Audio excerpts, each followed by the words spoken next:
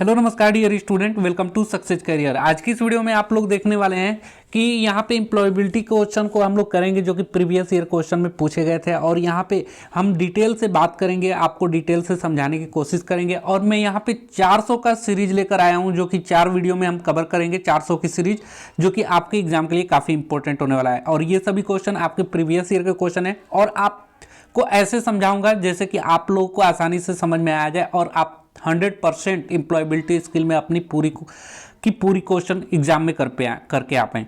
देखिए, जैसे कि पहला क्वेश्चन यहाँ पे है, the plumber dot dot dot pipes yesterday, यानी कि प्लम्बर जो है पाइप्स यस्टरडे क्या किया था। अब यहाँ पे देखिए यस्टरडे दिया है, तो ये किस टेंस में चला जाएगा। यस्टरडे मीन्स बीता हुआ कल, और बीता हुआ कल के लिए हम लोग क्या लगाएंगे, या तो रिपेयर लगाएंगे, या वाज रिपेयर लगाएंगे, या वाज रिपेयर। तो वाज रिपेयर और वाज रिपेयर, तो कौन सा लगाएंगे, तो यस्टरडे यानी कि बीत चुका था, यानी कि प्लम्बर जो था कल पाइप लगा चुका था, तो वाज रिपेयर्ड यहाँ पे करेक्ट आंसर हो जाएगा डी। अगला क्वेश्चन देखिए, Kumar dot dot a good carpenter, यानी कि कुमार जो है कोई नाम है, ये नाम क्या है, सिंगुलर है, एक कारपेंटर, एक अच्छा कारपेंटर है।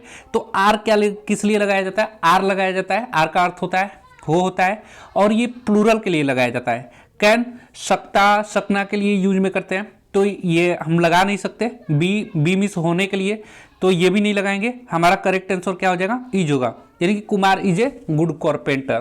ठीक है, एक अच्छा बढ़ई है, कारपेंटर मीन्स बढ़ई। अब आगे चलिए, तीसरे नंबर का क्वेश्चन देखते हैं। दिया है, Kumar tomorrow and fix the door know this sentence. ठीक है, come tomorrow and fix the door know this sentences, ये इसमें आप लोग को बताना है कि ये कौन सा सेंटेंस है। तो ये सबसे पहले पढ़िए, कम टुमारो यानी कि कल आओ, and fix the door not this sentence is, यह सेंटेंस क्या है, फिक्स द डोर यानी कि कल आओ और डोर को क्या फिक्स कर दो। तो देखिए यहाँ पे सेंटेंस समझिए, मैं आप लोगों को यहाँ पे इंट्रोगेटिव सेंटेंस, ये कौन सा सेंटेंस होता है, ये प्रश्नवाचक वाक्य होते हैं ना। इंटरोगेटिव सेंटेंस कौन सा होता है, जिसमें प्रश्न पूछा जाए, जैसे क्या मैं जा सकता हूं, क्या मैं अंदर आ सकता हूं, क्या उसने खाना खा लिया, तो ये इंटरोगेटिव सेंटेंस। तो यहां तो क्वेश्चन नहीं पूछा जा रहा है, तो ये ऑप्शन भी नहीं होगा। उसके बाद ऑप्शन आता है इंपरेटिव। इंपरेटिव का अर्थ होता है कि ये एक तरह से आज्ञा या आदेश दिया जाता है, यानी कि बोला जाता है, जैसे बोला है इसमें कम टुमारो, यानी कि कल आओ एंड फिक्स द डोर, और डोर को क्या कर दो, फिक्स कर दो यानी लगा दो। तो ये क्या हो जाएगा, इंपरेटिव सेंटेंस हो जाएगा। अगला है एक्सक्लेमेटरी। एक्सक्लेमेटरी सेंटेंस क्या होता है, जिससे आश्चर्य की बोध हो, जैसे हुर्रा, एलास, हे, ये सब लगा होता है, आश्चर्य की बात होती है, वहां पे एक्सक्लेमेटरी सेंटेंस होता है। अगला देखिए नन, तो हम यहाँ पे क्या बताएं, इंपरेटिव सेंटेंस है जिसमें आदेश दिया जाता है कि कल आओ और फिक्स कर दो डोर को। अगला क्वेश्चन देखिए आपको पूरी समझ में आएगी, बस आप वीडियो को अंत तक देखिएगा, और मैं गारंटी देता हूं कि आपके एम्प्लॉयबिलिटी क्वेश्चन एग्जाम में एक भी इससे बाहर नहीं आएंगे, और आप पूरे क्वेश्चन करके आएंगे जो मैं समझा रहा हूं उस हिसाब से।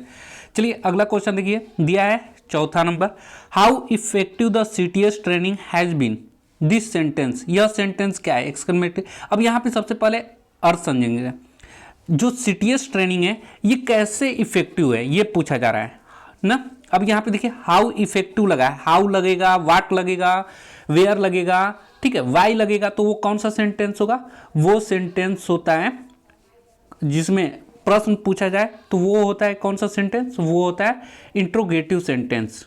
ठीक है, अब how effective the CTS training has been, लेकिन यहाँ पे जो है पूछा जाता है कितना सीटीएस ट्रेनिंग है। सीटीएस बोला जाता है आईटीआई ट्रेनिंग को, ठीक है, सीटीएस किसको बोला जाता है, आईटीआई ट्रेनिंग को, और यहाँ पे एक्सक्लेमेशन मार्क लगा हुआ है।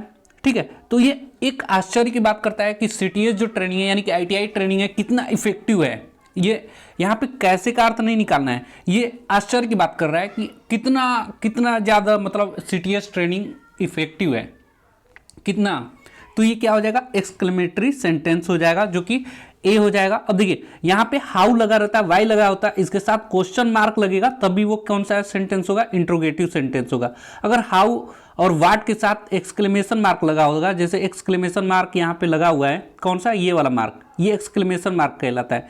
तो ये लगा हुआ है तो वो एक्सक्लेमेटरी सेंटेंस में जाता है। तो ध्यान रखिएगा, हाउ वाट के बाद अगर एक्सक्लेमेशन मार्क लगा होगा तो वो ऑटोमेटिक पहचानने का तरीका है कि एक्सक्लेमेटरी सेंटेंस में क्या लगा होगा, एक्सक्लेमेशन मार्क लगा होगा, जबकि इंट्रोगेटिव सेंटेंस में क्वेश्चन मार्क लगा होगा। तो ये कौन सा है यहाँ पे, ये क्या हो जाएगा, एक्सक्लेमेटरी सेंटेंस हो जाएगा। अगला क्वेश्चन देखिए 5वां नंबर, while addressing your boss you should B.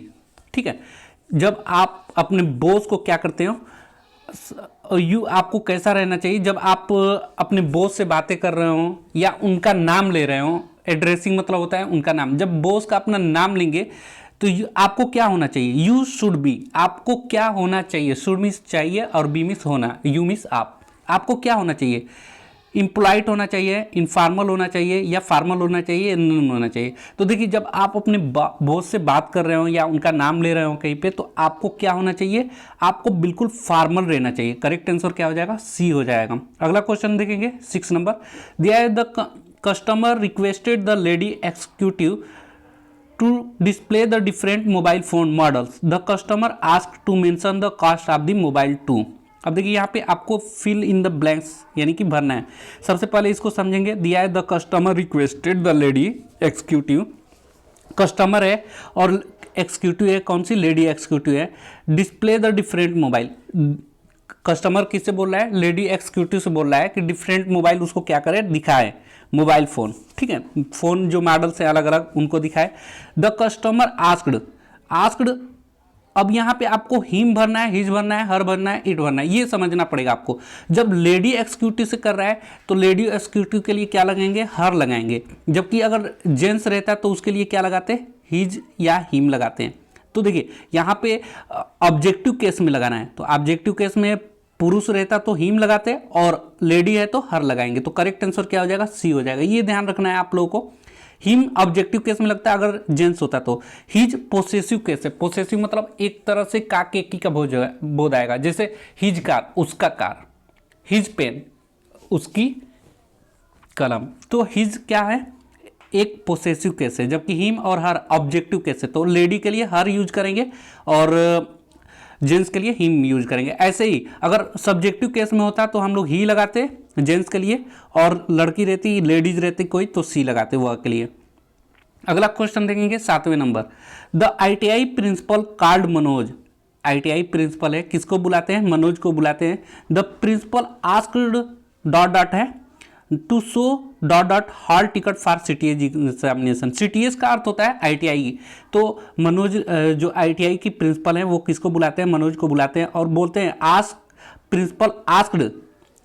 अब देखिए ये प्रिंसिपल सब्जेक्ट हो गया, आस्क्ड वर्ब हो गया, तो यहाँ पे कौन सा केस लगेगा, सब्जेक्ट वर्ब, उसके बाद ऑब्जेक्ट आता है। तो ऑब्जेक्ट अभी बताया हमने, हिम होगा या हर होगा। तो यहाँ पे हिम किसके लिए लगाना है, मनोज के लिए लगाना है ना, तो हम क्या लगाएंगे, हिम लगाएंगे। तो चलिए यहाँ पे देख लेते हैं, यहाँ पे क्या हो जाएगा, हिम हो जाएगा। अब दूसरा देखते हैं, to show his class hall ticket. अब हिज हो जाएगा यहाँ पे, यानी कि करेक्ट आंसर क्या हो जाएगा, ए हो जाएगा, हिम हो जाएगा और हिज हो जाएगा। हिज क्यों, क्योंकि उसका हॉल टिकट है। अभी मैं बताया हूँ ना, हिज क्या है, पोसेसिव केस है, पोसेसिव केस के लिए हिज लगाते हैं, ये याद रखिएगा। ठीक है, तो हिम क्या हो जाएगा, हिम ऑब्जेक्टिव केस में ऑब्जेक्ट के रूप में लगेगा, और हिज जो है पोसेसिव यानी उसका हॉल टिकट दिखाने के लिए कहता है ना। देखिए अगला क्वेश्चन की तरफ बढ़ते हैं। देखिए जो भी कहीं भी ना समझ में आए कमेंट बॉक्स में आप बता दीजिएगा, मैं अगले वीडियो में आप लोगों को पूरा कवर कर दूंगा उस वीडियो को।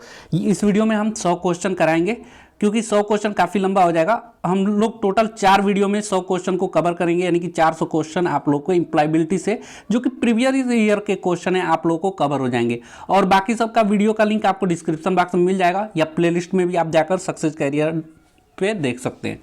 अब देखिए 8वें नंबर का क्वेश्चन है, hi how are you, what's up, these are example of. ये एग्जाम्पल किसके हैं, तो hi how are you, what's up, यानी कि किसी से बोलते हैं हाय हाउ आर यू, आप कैसे हो, क्या हो रहा है। व्हाट्सअप किसके लिए लगाया जाता है, मतलब क्या हो रहा है, क्या होने के लिए।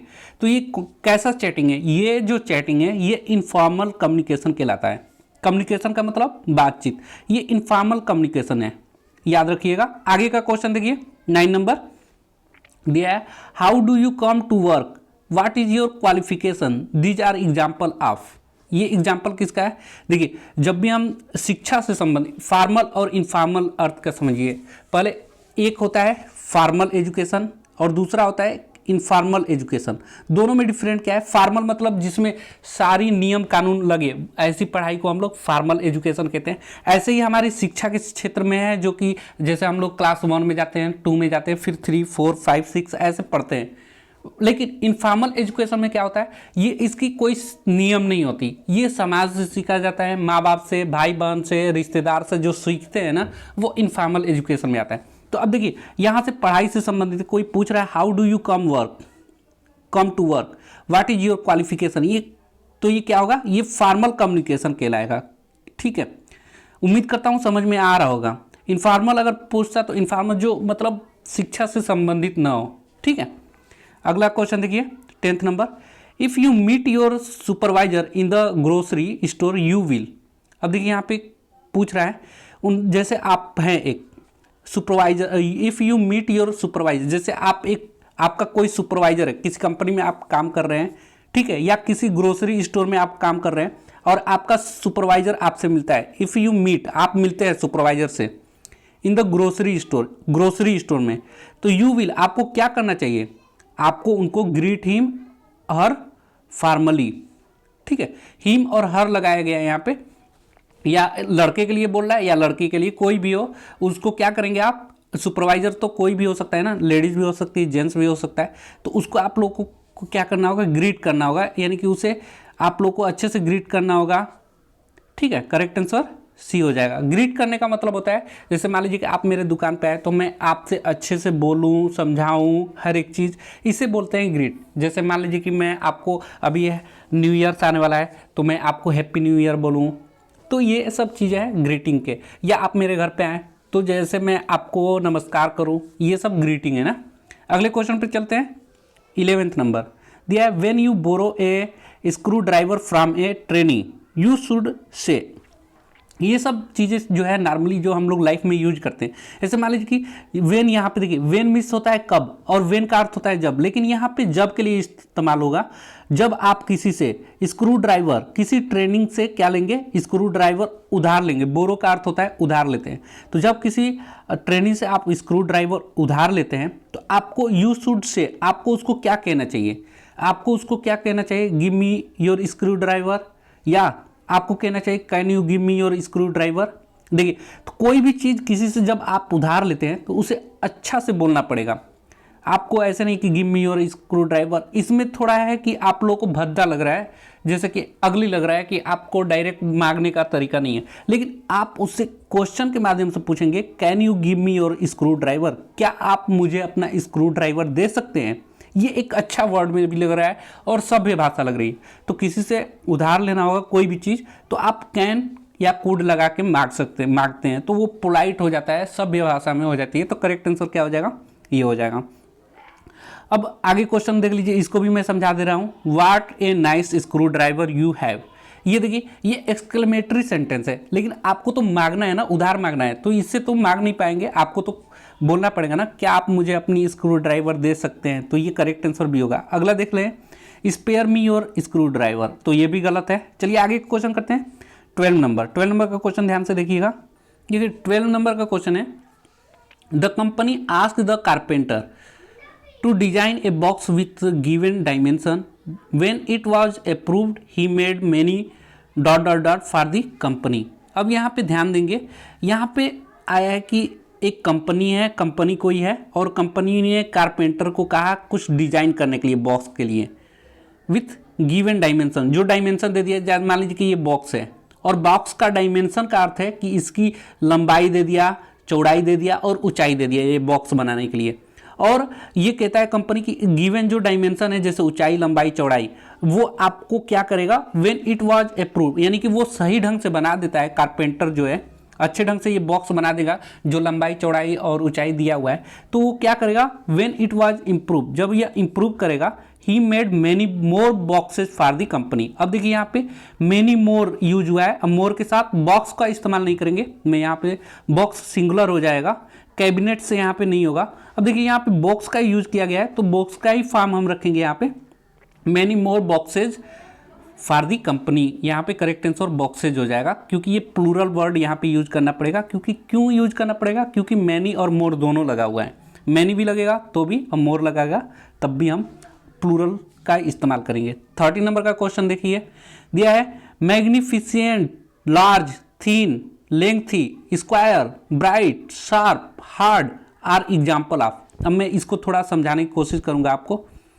ये क्या है, मैग्निफिसेंट, लार्ज, थीन, लेंथी, ये एक आपको मैं बता दूं, ये एक एडजेक्टिव सेंटेंस है। और एडजेक्टिव सेंटेंस क्या होता है, किसी भी नाउन या प्रोनाउन की विशेषता बताता है, यानी कि विशेषता बताता है यानी कि उसके बारे में डिस्क्राइब करता है, वर्णन करता है। जैसे मेरे पास पेन है तो पेन हो गया, लेकिन मैं बोलूं कि मेरे पास काला पेन है, मेरे पास नीला पेन है, तो काला और नीला ये क्या कर रहा है, पेन को डिस्क्राइब कर रहा है। तो देखिए ये क्या कर रहा है, ये डिस्क्राइबिंग वर्ड हो जाते हैं। जो भी एडजेक्टिव वाले वर्ड होते हैं, एडजेक्टिव वर्ड होते हैं, वो किसी नाउन या प्रोनाउन की विशेषता बताते हैं, वो क्या है, डिस्क्राइबिंग वर्ड। एक्शन वर्ड किसको बोलते हैं, एक्शन वर्ड हम वर्ब को बोलेंगे, ठीक है। अब प्रोनाउन और नेमिंग वर्ड, प्रोनाउन में बता दिया, ये प्रोनाउन है नहीं, ये कौन से वर्ड है, तो आपको याद रखना है ये सभी वर्ड जितने भी है, जैसे मैग्निफिसेंट यानी कि किसी चीज़ को बड़ा करके देखना, लार्ज मीन्स बड़ा, थिन मीन्स पतला, लेंथी मतलब लंबा, square means square, bright means चमकीला, शार्प मीन्स नुकीला, हार्ड मीन्स कठोर। ये सभी क्या हैं, आप जैसे बोलते हैं ना लकड़ी बहुत कठोर है, हम बोल सकते हैं लकड़ी है, लकड़ी कठोर है बोल रहे हैं, तो लकड़ी की भी क्या करने लगे, डिस्क्राइब करने लगे, तो ये क्या हो जाएगा, एडजेक्टिव हो जाएगा। एडजेक्टिव को ही हम लोग डिस्क्राइबिंग वर्ड भी बोलते हैं। और नेमिंग वर्ड किसको बोलते हैं, तो नेमिंग वर्ड नाउन को बोला जाता है। और प्रोनाउन जो नाउन के जगह पे इस्तेमाल हो, जैसे मान लीजिए जैसे आपका नाम मोहन है, तो मोहन आपका नाम हो गया, ये नाउन हो जाएगा। लेकिन जैसे योर नेम इज मोहन ही, और मोहन की जगह जैसे कि इस्तेमाल होगा कि वह मोहन है, मोहन बाजार जा रहा है, वह वहाँ से किताब लेता है, तो वह यह सब लगने लगता है, तो वो प्रोनाउन कहलाता है। अगला वर्ड देखिए, आप लोग पहचान जाएंगे, table, wire, socket, cable, hammer, nail, pipe, motor, ये सभी क्या है। तो आपको अभी बताया ये ऊपर वाले क्या थे, एडजेक्टिव थे। एडजेक्टिव को डिस्क्राइबिंग वर्ड बोलते हैं, और कोई नाम वगैरह होता है तो उसे नेमिंग वर्ड या नाउन बोलते हैं। तो यहाँ पे सब क्या है, नाम है। टेबल मीन्स मेज, मेज क्या है, एक नाम है। वायर एक नाम है तार को, सॉकेट एक नाम है, केबल एक नाम है, हैमर, हैमर मीन्स होता है हथौड़ा, हथौड़ा क्या एक नाम है, नेल, पाइप, मोटर, ये सभी नाम है। और नाम को नेमिंग वर्ड बोलिए, या नेमिंग वर्ड की जगह एक और ऑप्शन हो जाता, नाउन हो जाता, तो ये सभी क्या होते हैं, नाउन होते या नेमिंग वर्ड होते। करेक्ट आंसर क्या हो जाएगा, डी हो जाएगा। अगले क्वेश्चन की तरफ चलते हैं, 15 नंबर। देखिए इंप्लॉयबिलिटी की मैं 400 क्वेश्चन कराऊंगा, और 400 क्वेश्चन ऐसे करा दूंगा आप लोगों को कि उससे बाहर आपको कुछ भी नहीं आने वाला है। अगर आएगा भी ना तो आप लोग कर ले जाएंगे, इतना मैं समझा दूंगा आप लोगों को। चलिए 15 नंबर का क्वेश्चन करते हैं। देखिए फिक्स, मीजर, पुल, लिफ्ट, ग्राइंड, मिक्स, ऑपरेट, ये सभी क्या है, तो ये सभी देखिए आप फिक्स मतलब क्या होता है, कोई चीज़ है उसे फिक्स करना, ये एक वर्ब है। क्या हो गया, वर्ब है। मैं अभी बताया हूं ना आप लोग को, डिस्क्राइबिंग वर्ब किसको बोलते हैं, एडजेक्टिव को बोलते हैं। एक्शन वर्ड किसको बोलेंगे, वर्ब को बोलेंगे। और नेमिंग वर्ड नाउन को बोलेंगे। तो यहाँ पे क्या हो रहा है, यहाँ पे मीजर, किसी चीज़ की तुलना करना, ये एक वर्ब है। जैसे मैं किसी चीज़ की तुलना कर रहा हूँ, एक वर्ब हो जाएगा। पुल मीन्स खींचना, खींचना क्या है, एक एक्शन है, एक कार्य है, वर्ब है, क्रिया है। ग्राइंड मीन्स पीसना, लिफ्ट मीन्स उठाना, मिक्स मतलब मिश्रण करना, ऑपरेट मीन्स कोई चीज़ को चलाना, ये सभी क्या है, ये वर्ब है। और वर्ब को हम लोग क्या बोलते हैं, एक्शन वर्ड बोला जाता है। तो आपको समझ में आ रहा होगा। फटाफट लाइक कर दीजिए गाइस, अभी तक लाइक आप लोग नहीं किए हैं। लाइक में कंजूसी नहीं की रही है, आपकी लाइक ही हमारे लिए मोटिवेशन होता है। चलिए तो करेक्ट आंसर ये हो गया। अगला क्वेश्चन देखिए, ये देखिए comma, full stop, question mark, exclamation mark, ये सभी क्या हैं, तो आपको ये याद होना चाहिए। कोई भी मार्क हो, जैसे कामा हो गया, फुल स्टॉप हो गया, ठीक है, क्वेश्चन मार्क हो गया, एक्सक्लेमेशन मार्क हो गया, ठीक। उसके अलावा आप लोगों को डबल इन्वर्टेड कामा हो गया, ठीक, double inverted comma, single inverted comma, इसे याद रखिएगा, ये पंक्चुएशन मार्क हैं। पंक्चुएशन मार्क शब्द में कहाँ रुकना है, कहाँ नहीं रुकना है, ये डिसाइड कर देता है पंक्चुएशन मार्क। तो करेक्ट आंसर क्या हो जाएगा, पंक्चुएशन मार्क हो जाएगा। ठीक है। डिजाइन, डिजाइन मतलब कोई डिजाइन बनाया जाता है, जैसे कोई कपड़े की कपड़ा है उसकी डिजाइन कोई बना दिया, कोई टेबल की डिजाइन, वो अलग चीजें हैं। और ये कम्युनिकेशन तो बातचीत थोड़ी ना कर रहे हैं क्वेश्चन मार्क से, और ये तो ये नहीं होगा। करेक्ट आंसर क्या हो जाएगा?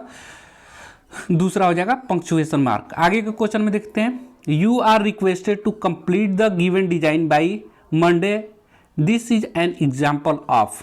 देखिए यहाँ पे बोल रहा है you are requested to complete, आपसे रिक्वेस्ट किया जाता है to complete the given assignment by Monday, यानी कि आपसे रिक्वेस्ट कर रहा है। क्या कर रहा है? रिक्वेस्ट कर रहा है।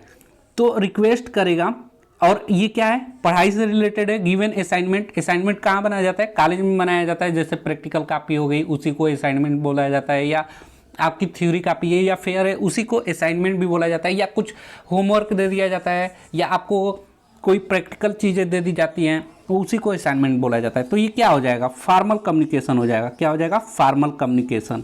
आगे क्वेश्चन बढ़ते हैं। अब यहाँ पे थोड़ी सी ध्यान देंगे, और मैं यहाँ पे आप लोगों को समझाने की कोशिश करूँगा। देखिए, gesture, facial expression, eye contact are example of. देखिए यहाँ पे हम कम्युनिकेशन के कुछ वर्ड दिए हुए हैं, उसको भी समझाने की कोशिश करूंगा। जैसे गेस्चर मतलब होता है जो आपने मोबाइल व्हाट्सएप पे जो इमोजी टाइप का होता है, उसी को बोला जाता है। जैसे नहीं होता है कि गुस्से का, रोने का, उसी को गेस्चर बोला जाता है। अब गेस्चर हो गया, या कोई फेशियल एक्सप्रेशन, जैसे आपने किसी बात नहीं की, आपने अब वर्ड नहीं निकाला, लेकिन गुस्से का सिंबल बना लिया या हंसने का सिंबल बना लिया चेहरे पे, वो कौन सा कम्युनिकेशन होता है? आई कांटेक्ट हो गया। आई कांटेक्ट मतलब एक दूसरे को एकटक देखना, ठीक है। तो ये जो होता है कम्युनिकेशन, ये भी एक तरह की बात है। जैसे मान लीजिए कि आप किसी को देख के हंस दिए, तो वो बात ही है, यानी कि एक दूसरे को पसंद करने से हो सकता है, या मतलब ऐसे ही कुछ भी हो सकता है। चलिए, तो ये कौन से कम्युनिकेशन है? ये जो कम्युनिकेशन होगा नॉन वर्बल है। वर्बल की मतलब होता है मौखिक, यानी कि आपने बात नहीं किया, कोई वर्ड नहीं बोला, उसे बोलेंगे नॉन वर्बल कम्युनिकेशन। अब चलिए वर्बल कम्युनिकेशन समझा देते हैं। तो इसमें वर्बल कम्युनिकेशन मतलब जिसमें बातचीत करके आप लोगों को बताया जाए, वो वर्बल कम्युनिकेशन कहलाता है। एक्टिंग स्किल, एक्टिंग स्किल के मतलब कोई कार्य, जैसे गूंगे लोग होते हैं, वो क्या करते हैं? एक्ट करके बात करते हैं या इशारों में बात करते हैं। तो गूंगे लोग ज़्यादातर नॉन वर्बल कम्युनिकेशन करते हैं या एक्टिंग स्किल के द्वारा कम्युनिकेशन करते हैं। जबकि दूसरा है कम्युनिकेशन स्किल, जो कि सामान्य बातचीत हम लोग करते हैं, वो और वर्बल कम्युनिकेशन, ये दोनों एक ही हैं। चलिए आगे क्वेश्चन देखते हैं। तो आपको पता चल गया होगा, जैसे गुस्से का सिंबल बना लिया, हंसने का सिंबल बना लिया, कोई गेस्चर, आई कांटेक्ट, ये सभी क्या है? ये नॉन वर्बल हैं। यानी इसमें बातचीत डायरेक्ट बोलकर नहीं होता, सिर्फ चेहरे के एक्सप्रेशन से होता है कि मैं गुस्सा कर रहा हूँ, या जैसे नहीं बोलते हैं छी, ये सब। चलिए आगे क्वेश्चन देखते हैं। 19 नंबर दिया है, I have receive complaint about the workpiece safety. ठीक है, मैं जो हूँ रिसीव किया हूँ कंप्लेन, क्या किया हूँ? कंप्लेन रिसीव किया हूँ, प्राप्त किया हूँ about work place safety. Work place पे जो है सेफ्टी के बारे में मेरे पास कंप्लेन आया है, इसका अर्थ होगा। तो अब इसमें करना क्या है?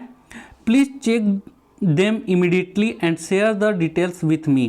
तो ऐसा जो कंप्लेन आया है, इसमें बोला गया है कि जाइए, कृपया जाइए तुरंत और वहाँ पे चेक करिए जो सेफ्टी है, वर्क प्लेस पे सेफ्टी है कि नहीं, and share the detail with me. और वहाँ का जो भी सेफ्टी है, सेफ्टी नहीं है तो भी मुझे बताइए, और सेफ्टी है तो भी मुझे इन्फॉर्म करिए, बताइए डिटेल वहाँ का।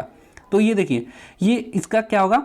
ये जो है formal work place communication, work formal बात हो रही है ना कि वर्क प्लेस कैसा है, तो ये फॉर्मल वर्क प्लेस कम्युनिकेशन है, यानी कि वर्क प्लेस का बातचीत हो रहा है। जैसे मान लीजिए कि आप किसी कंपनी में काम कर रहे हैं और कोई सुपरवाइजर है या कोई मैनेजर है, उसको इन्फॉर्म हुआ कि जैसे आपने कोई कंप्लेन कर दिया मैनेजर को, मैनेजर के पास जाके आपने बोल दिया कि वर्क प्लेस पे कोई सेफ्टी नहीं है, तो वो क्या करेगा? किसी सुपरवाइजर को बोलेगा कि जाकर वहाँ पे चेक करिए क्या क्या कमी है और मुझे इन्फॉर्म करिए। तो ये फॉर्मल कम्युनिकेशन हो जाएगा वर्क प्लेस के। तो करेक्ट आंसर क्या हो जाएगा? बी हो जाएगा।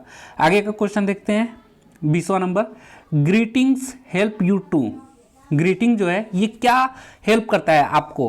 तो किसी को ग्रीटिंग करते हैं, तो यानी कि किसी को नमस्कार करते हैं, ठीक है, तो वो होता है अच्छे से, किसी से अच्छे सिचुएशन में क्या होता है कि उनसे बातचीत करना, ग्रीट करना। जैसे how may I help you मैं बोल सकता हूँ, जैसे आपने मुझे कॉल मिलाया, सबसे पहले बोलूँगा how may I help you, मैं आपकी कैसी सहायता कर सकता हूँ। या आप किसी शॉपिंग स्टोर पे जाएंगे, मॉल में जाएंगे तो वो बोलते हैं। तो ये एक होता है जो इस्टेब्लिशमेंट है, connection with the someone you meet formal in informal situation.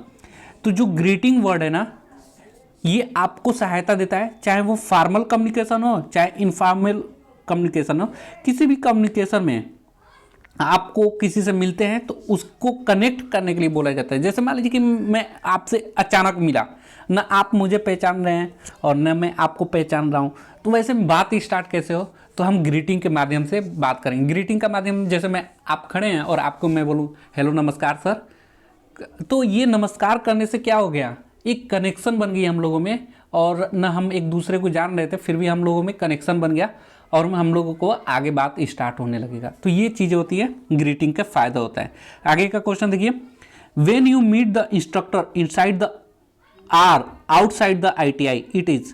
Instructor किसको बोला जाता है, जो ITI में जो टीचर होते हैं ना, उन्हीं को इंस्ट्रक्टर बोला जाता है। तो जब आप किसी इंस्ट्रक्टर से, अनुदेशक से मिलते हैं, यानी कि ITI के अंदर या ITI के बाहर, ठीक है, तो आपको क्या करना होगा, आपको ऑलवेज फॉर्मल मतलब हमेशा आपको सर से बात करना है तो अच्छे से बात करना है, पढ़ाई लिखाई से ही बात करेंगे, न कि देश दुनिया की बात करेंगे सर लोगों से।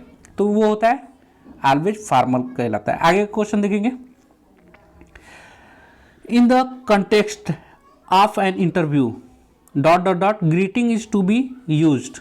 ठीक है, तो जो ग्रीटिंग यूज करेंगे, जैसे आपका इंटरव्यू है और आपका इंटरव्यू में वहाँ पे कैसा ग्रीटिंग होगा, फॉर्मल ग्रीटिंग करेंगे, यानी कि पढ़ाई लिखाई से ही इंटरव्यू होगा। आपसे पूछा जाएगा आप कहाँ से पढ़े हैं। बहुत से इंटरव्यू में लोग डर जाते हैं कि बहुत हो सकता है आपके किताब से ही चीज़ें पूछ लें, तो ये फॉर्मल ग्रीटिंग हो गया। ठीक है, और कोई हो सकता है आपसे कहीं के बारे में पूछने लगे, जैसे आप कहाँ से पढ़े हैं, कौन से ट्रेड पढ़े हैं, आपके मम्मी पापा का नाम क्या है, ये सभी।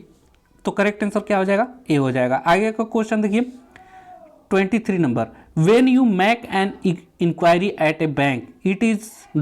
सिचुएशन। देखिए, जब आप बैंक में जाते हैं, when you make an query, आप एक कोई क्वेरी है, इंक्वायरी करते हैं, यानी कि कोई पूछताछ करते हैं बैंक में। ठीक है, जब आप किसी बैंक में इंक्वायरी करते हैं, पूछताछ करते हैं, तो वो सिचुएशन में कौन सा फॉर्मल होगा ये आपको बताना है। तो वहाँ पे ए फॉर्मल होगा, यानी कि आपको वहाँ क्या करना है, आपको खाते से रिलेटेड है। मैं जहाँ पे बता दूँ, जहाँ पे नियम कानून लगेंगे वो फॉर्मल मानिए। जैसे बैंक में क्या है, बहुत नियम कानून होते हैं। इनफॉर्मल क्या होता है, इनफॉर्मल जिसमें नियम कानून न लगे। चलिए आगे का क्वेश्चन देखते हैं। 24 नंबर दिया है, ड्यूरिंग द कोविड-19 pandemic it is better to ... than shake hands and say नमस्ते देन ... यहाँ पे 3 चीज़ें आपको भरना है। तो 3 चीज़ें में आपको क्या होगा, चलिए अब समझते हैं इसको। ड्यूरिंग द कोविड-19 पैंडेमिक, जो कोविड-19 की महामारी के दौरान, इट इज़ बेटर टू, ये बेटर है यानी कि बहुत ही अच्छा है, टू क्या हो जाएगा यहाँ पे, हग वेव हैंड्स। तो यहाँ हग भी नहीं करना है, हग मतलब होता है गले से नहीं मिलना है। कब, जब कोविड-19 की सिचुएशन था, लोग मिलने से नहीं डरते थे, तो हग तो होगा ही नहीं। और होल्ड मीन्स पकड़ते भी नहीं थे, नन तो होगा ही नहीं। Wave hands, it is better to have wave hands, तो वेव हैंड्स यहाँ पे करेक्ट आंसर हो जाएगा। मतलब हाथ दूरी से हिला दीजिए, हाय बोलते हैं ना, टाटा बाय जैसे करते हैं, वैसे आप हैंड्स कर दीजिए। Better to hands than shake hands, यानी कि हाथ मिलाना। शेक हैंड्स का मतलब होता है हाथ मिलाने से अच्छा है कि आप दूर से ही हाथ को वेव कर दीजिए, हिला दीजिए कि हाँ, मतलब तो ये सही था। कोविड-19 में ऐसे ही होता था। एंड से नमस्ते देन, और जब नमस्ते कहना होता था देन आपको क्या करना होता था, हग के बदले, ये बेहतर है। आप दूर से क्या कर दीजिए, हाथ मिलाने से अच्छा है कि आप उनको दूर से ही हाथ हिला दीजिए, और गले मिलने से अच्छा है कि आप उनसे नमस्ते कर दीजिए। तो ये करेक्ट आंसर हो जाएगा यहाँ पे, वेव हैंड्स एंड हग। अगला क्वेश्चन देखिए 25 नंबर दिया है, a good ... help to create a good first impression.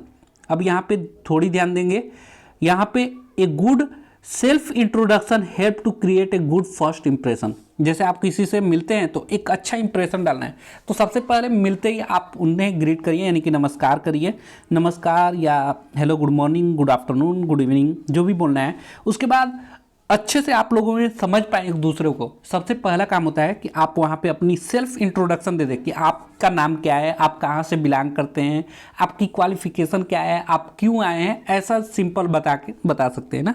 आपका एड्रेस क्या है, ये सभी बता सकते हैं, फादर, सिबलिंग, तो ये आपके ऊपर है। लेकिन आपको सेल्फ इंट्रोडक्शन, थोड़ा सा इंट्रोडक्शन देना पड़ेगा, तो ये अच्छा हो जाएगा। A good self introduction help to create a good first impression, यानी कि एक अच्छा आपका स्वयं का इंट्रोडक्शन आपको एक अच्छा इंप्रेशन ला सकता है। अगले क्वेश्चन पे बढ़ते हैं। 26 नंबर दिया है, you may have introduce college peers and superiors in dot dot dot context.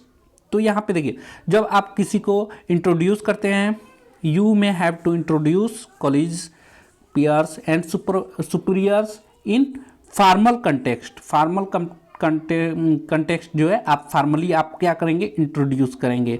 अगला है, एक quick self introduction is called. एक छोटा सा सेल्फ इंट्रोडक्शन, क्विक मतलब जल्दी में सेल्फ इंट्रोडक्शन देना है, उसको क्या कहते हैं, तो उसे बोला जाता है एलिवेटर पिच। याद रखिएगा, यानी कि आप जल्दी जल्दी अपने बारे में बता कर निकल लिए। A quick self introduction is called elevator pitch. Correct answer c. अगला क्वेश्चन है, when you attend a friend's wedding with your father. जब आप अपने फ्रेंड्स के शादी में जाते हैं अपने पिताजी के साथ, you may have to introduce your father to your friends. आपको क्या करना होगा, जैसे आपका दोस्त है और आप अपने पिताजी के साथ गए हुए हैं, तो सबसे पहला काम क्या होगा, you may have to introduce your father to your friends. आपके पिता अपने पिता को अपने दोस्त से पहले मिलाइए कि ये मेरा दोस्त है, उसके बारे में। And your friends to your father, और अपने फ्रेंड से अपने पिता से मिलवा। ठीक है, आपके पिताजी जैसे आपके दोस्त का शादी है और अपने पिताजी को साथ लेकर गए हैं, और वहाँ पे क्या करना है आपको, या तो अपने पिताजी को दोस्त से मिला दीजिए या दोस्त को पिताजी से मिला दीजिए, बात एक ही होगा। What kind of situation is it, यह किस प्रकार की सिचुएशन है। तो यहाँ पे देखिए, जब आप शादी में गए हैं तो वहाँ पे कौन नियम कानून लगाने हैं आपको, तो वो क्या हो जाएगा वहाँ पे, इनफॉर्मल। वो सिचुएशन कौन सा है, इनफॉर्मल है।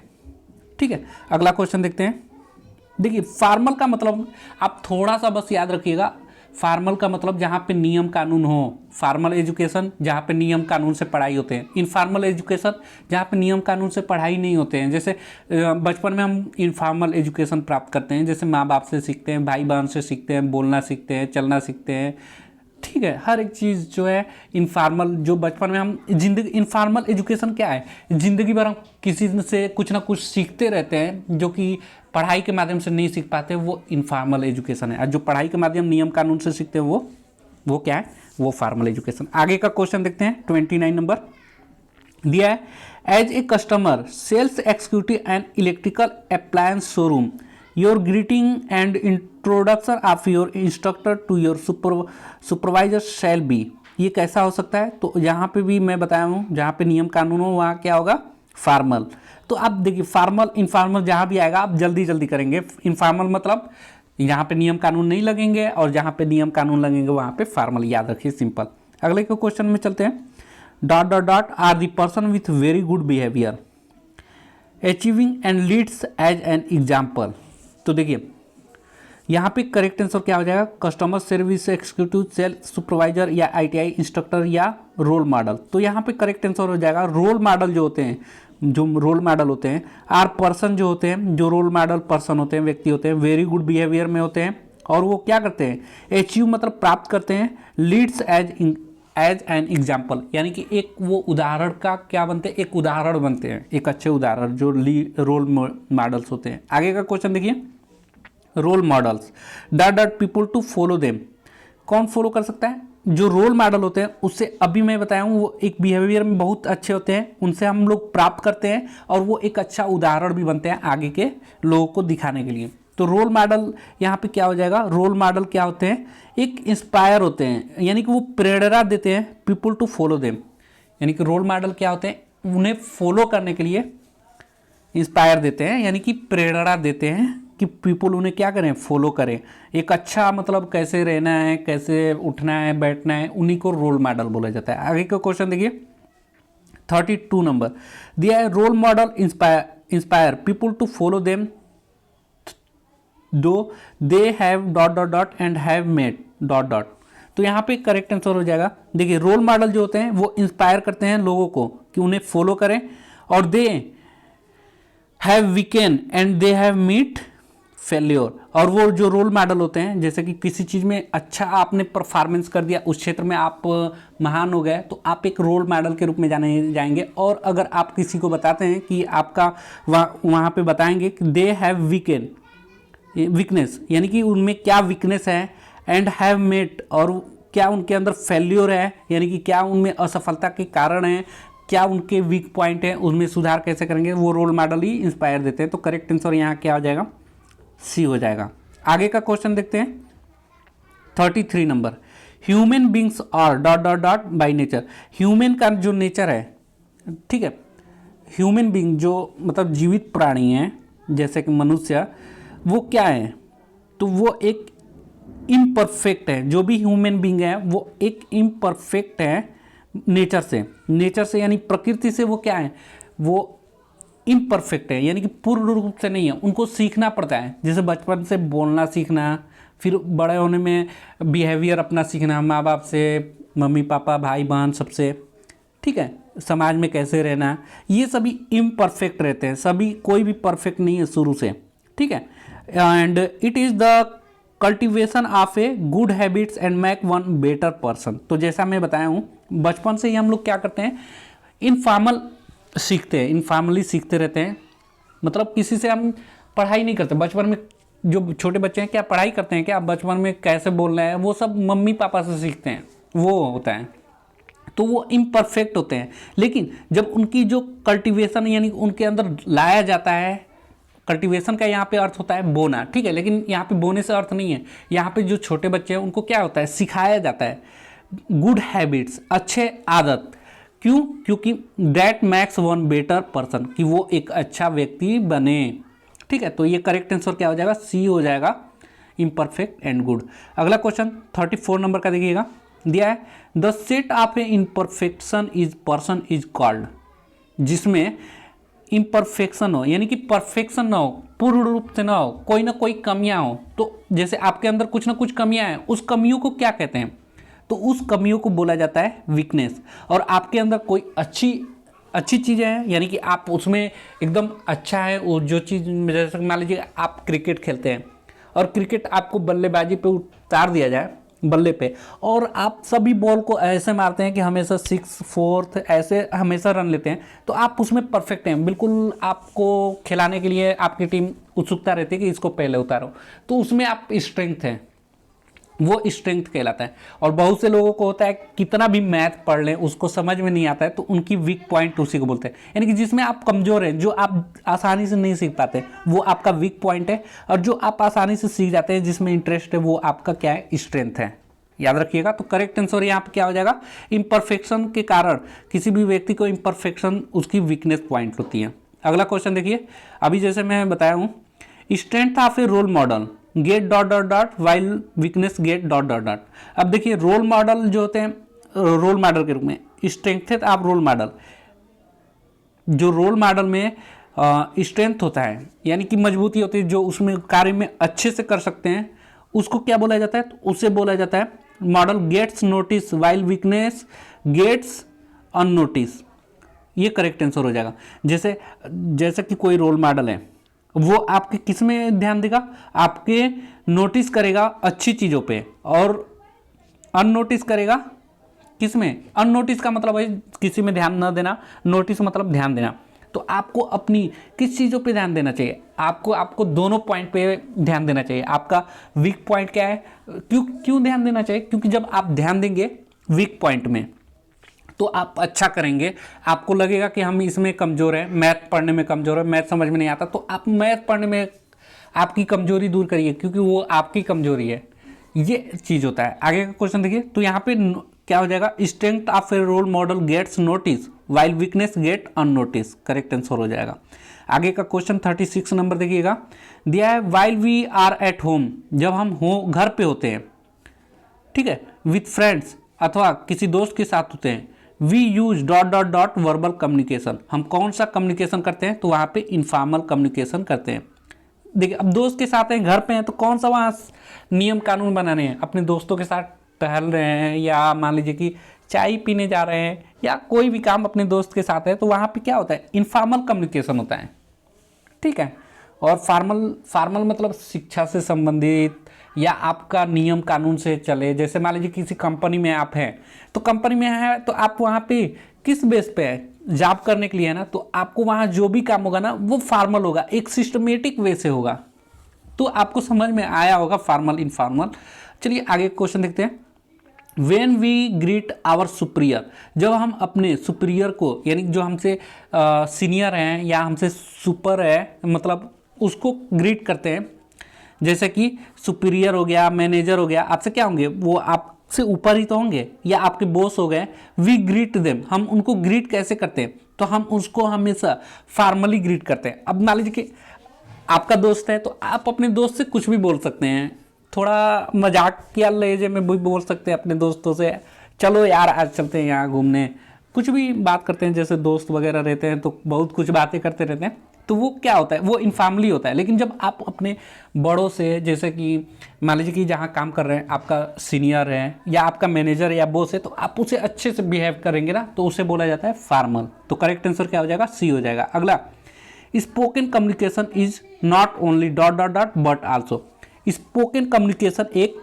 वर्बल कम्युनिकेशन है, जैसा कि मैं बताया था, जो बोलकर बातचीत होती है उसे वर्बल कम्युनिकेशन बोलते हैं, और जो बोलकर नहीं बात होती है उसे नॉन वर्बल कम्युनिकेशन करते हैं। अब देखिए स्पोकन कम्युनिकेशन दो तरह के होते हैं, वो हम बोलकर भी बातें कर सकते हैं बट नॉट, देखिए यहाँ पे एक बार, spoken communication is not only verbal but also non verbal, ये करेक्ट आंसर हो जाएगा। अब यहाँ पे ध्यान देंगे, जो हमारा कम्युनिकेशन होगा, तो देखिए हम किसी से बातचीत करते हैं तो देखिए बहुत से बातचीत होती है जो हम स्माइल देके निकाल देते हैं, ठीक है, और बहुत से कम्युनिकेशन होते हैं हमें बोलकर निकालना पड़ता है। तो वो कम्युनिकेशन दोनों हो सकते हैं, जो स्पोकन कम्युनिकेशन होता है वो वर्बल भी हो सकता है, मौखिक भी, और नॉन वर्बल भी हो सकता है। करेक्ट आंसर क्या हो जाएगा, ये वर्बल नॉन वर्बल हो जाएगा। आगे का क्वेश्चन 39 नंबर का देखिएगा, दिया है what we communicate without word, हम बिना बातचीत के, what we communicate without word, बिना किसी वर्ड के, बिना किसी शब्द के, but with body language is example of, जैसे बॉडी लैंग्वेज से नहीं बोल देते हैं, जैसे हंस दिए, मुस्कुरा दिए, नाराज हो गए, ये हमारा बॉडी लैंग्वेज है। और बॉडी लैंग्वेज है जिसमें हम लोग वर्ड नहीं बोले लेकिन फिर भी बातचीत कर लिए, स्पोकन कम्युनिकेशन हो गया, ठीक है। तो वो कौन सा कम्युनिकेशन कहलाता है, तो अभी मैं आप लोगों को बताया ये कम्युनिकेशन जो होता है वो नॉन वर्बल कम्युनिकेशन होता है। आगे का क्वेश्चन देखेंगे, work with other to find a mutual agreeable solution called, तो एग्रीएबल सोल्यूशन क्या कहलाता है, तो उसे बोलते हैं निगोटिएशन, वर्किंग विथ अदर्स, दूसरे के साथ जब आप किसी म्यूचुअली एग्रीएबल सोल्यूशन पे वर्क कर रहे होंगे। म्यूचुअली एग्रीएबल मतलब होता है कि मान लीजिए कि आप मिलाकर किसी से पैसा काम कर रहे हैं, तो उसको बोला जाता है निगोटिएशन। आगे का क्वेश्चन देखिएगा, communication within an organisation is, जो कम्युनिकेशन होता है किसी ऑर्गेनाइजेशन में, इज कैसा होता है, किसी भी, अभी मैं बताया किसी इंडस्ट्री है, कोई उद्योग है, कोई ऑफिस है, उसमें कैसा बात होगा, तो आपको पता होना चाहिए, उसमें तो फॉर्मली बात होगा ना, कहीं पे आप जॉब कर रहे हैं वहाँ पे फॉर्मल बात होगा, तो ये याद रखिएगा। तो यहाँ पे क्या हो जाएगा, फॉर्मल हो जाएगा, with superior and can be with friend colleagues. तो ये क्वेश्चन कर दिए, जब आप किसी ऑर्गेनाइजेशन में मैनेजर सुपीरियर से अपने बात करेंगे, किसी सीनियर से बात करेंगे, किसी बॉस से बात करेंगे, तो किसी उद्योग में काम कर रहे हैं तो फॉर्मल आप बात करेंगे। लेकिन किसी दोस्त से जब बात कर रहे हैं, आप ही का साथी है, तो उससे आप मजाक में भी बात कर सकते हैं, तो वहाँ पे क्या होगा, इनफॉर्मल होगा। तो एक में फॉर्मल हो जाएगा, ऊपर वाले में यहाँ पे फॉर्मल और दूसरे में इनफॉर्मल, तो कहाँ है, करेक्ट आंसर सी हो जाएगा। आगे का क्वेश्चन देखिए, good morning, nice to meet you, how you have been are example of, ये एक क्या है, तो ये एक फॉर्मल ग्रीटिंग है, किसी से मिले तो हम उसे क्या करेंगे, good morning, nice to meet you, आपसे मिलकर बहुत खुशी हुई। हाउ यू हैव बीन, आप कैसे हो। तो ये क्या है, एक फॉर्मल ग्रीटिंग है। ये किसका एग्जाम्पल है, फॉर्मल ग्रीटिंग का। आगे का क्वेश्चन देखिए। अब देखिए यहाँ पे थोड़ा इस क्वेश्चन को हम 43 अच्छे से समझेंगे, जिससे कि आपका कई क्वेश्चन क्लियर होगा। जैसे writing emails, letters, memos, order, filing form, minutes, contractors, proposal and quotations are example of dot dot dot work place communication. ठीक है, वर्क प्लेस पे हैं आप किसी पे, और आप किसी को राइटिंग ईमेल्स राइट करके लिखते हैं। जैसे मान लीजिए कि मेरा ईमेल है और आपको बातचीत करना है, या आप किसी संस्था में वर्क कर रहे हैं और आपको कंप्यूटर वाली जॉब मिल गई और आप ईमेल लिख रहे हैं अपने मैनेजर को, या आप अपने कंपनी को ही लिख रहे हैं, तो उसमें तो आपने बातचीत तो नहीं की ना। ठीक है, या आपने किसी फॉर्म को भरा, या कोई आर्डर है, या कोई लेटर है, या कोई कंट्रैक्टर है जिस पे आपने प्रपोजल है, कोई कोटेशन है, तो ये क्या है, आपने डायरेक्ट बातचीत नहीं किया, आपने वर्ड का इस्तेमाल नहीं किया, आपने बोला नहीं। तो ऐसे कम्युनिकेशन को क्या बोलते हैं, ऐसे कम्युनिकेशन जिसमें आपने कोई वर्ड नहीं बोला, तो वैसे कम्युनिकेशन नॉन वर्बल कहलाता है। आपसे कई बार मैं बता दिया, करेक्ट आंसर क्या हो जाएगा यहाँ, नॉन वर्बल। आगे का क्वेश्चन देखिए, writing a leave letter is a part of communication. अब देखिए, आप एक छुट्टी के लिए लेटर लिख रहे हैं, राइटिंग ए लीव मीन्स छुट्टी, एक letter is a part of कौन से कम्युनिकेशन का है, तो आपने कहीं पे जॉब कर रहे होंगे, तो वो कौन सा जॉब होगा, फॉर्मल वर्क प्लेस का होगा ना। किसी आप छुट्टी क्यों लेंगे, मान लीजिए कि आप स्कूल में ही हैं, तो छुट्टी क्यों लेंगे, वो तो छुट्टी वाली जगह है ना। आप किसी मैनेजर को लिखेंगे या अपने प्रिंसिपल को लिखेंगे, तो फॉर्मल तरीके से लिखेंगे, तो वो क्या होगा, किसी वर्क प्लेस के लिए लिख रहे हैं। आप स्कूल के लिए लिख रहे हैं या आप अपनी कंपनी के लिए लिख रहे हैं, तो वो वर्क प्लेस होगा। करेक्ट आंसर क्या हो जाएगा, वर्क प्लेस। ठीक है, करेक्ट आंसर क्या हो जाएगा, ए हो जाएगा। देखिए, कम्युनिकेशन में बात होगी जब बातचीत करने की, जैसे बोलकर, वर्बल, स्पोकन, नॉन वर्बल, ये ध्यान देंगे आप लोग। ये अगर किसी संस्था से रिलेटेड है तो वहाँ नियम लगेंगे, छुट्टी लेने के लिए आपको लेटर लिखना पड़ेगा, तो क्या हो जाएगा, फॉर्मल वर्क प्लेस हो जाएगा। अगला क्वेश्चन देखेंगे, 45 नंबर दिया है, please be inform that the annual staff meeting has been dot dot dot to be dot on the 1 November. यहाँ पे ध्यान देंगे, यहाँ please be inform that the annual staff meeting has been confirm. ये क्या करना है, आपको इन्फॉर्म करना है। जैसे कि कोई आपका मीटिंग वगैरह चल रहा है, तो एनुअल स्टाफ मीटिंग चल रहा है और उसमें आप उस मीटिंग में अटेंड नहीं किया, तो आप क्या बोलेंगे, जब मीटिंग हो जाएगा तो कंफर्म हो जाएगा, अच्छा से हो जाएगा, तो आपको क्या कर देना है, कंफर्म कर देंगे, टू बी कंडक्टेड ऑन 1 नवंबर। जैसे आपने कंपनी में नहीं गया तो अपने दोस्त से बोल दिया कि जब मीटिंग कंफर्म हो जाएगी कि मीटिंग है और किस तारीख को रखा गया है, तो वो आपको यहाँ पे क्या करना होगा, please be inform that the annual staff meeting has been confirm to be conduct on 1 November 2000 जो भी है। जैसे मान लीजिए कि आपके स्कूल में कोई प्रोग्राम रखा गया है 26 जनवरी को, ठीक है, रिपब्लिक डे, और आपको क्या करना, आप नहीं जा रहे हैं और मान लीजिए कि लॉकडाउन चल रहा है, तो अपने दोस्तों से क्या बोलेंगे, मैं अभी नहीं गया हूँ कॉलेज, अगर कंफर्म हो जाएगा तो मुझे क्या कर देना, बता देना।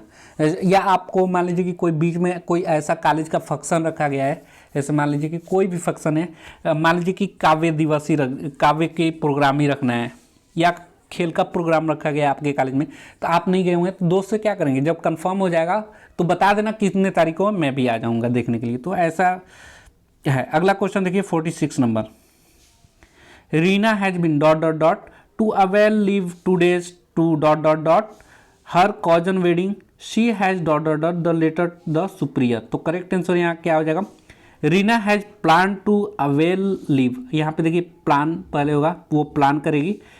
Reena has plan to avail leave for 2 days। Reena क्या की, 2 दिन के लिए योजना बनाई कि हमें छुट्टी लेना है। To attend her cousin wedding, वो अटेंड करेगी किसके लिए, अपने जो कॉजन वेडिंग की है, कॉजन है उसकी वेडिंग के लिए, शादी के लिए। She has submitted the letter to the supervisor, और वो सबमिट करेगी अपना लेटर, जो लीव लेटर है, यानी कि जो छुट्टी की एप्लीकेशन लिखी, वो किसको देगी, अपने सुपरवाइजर को देगी।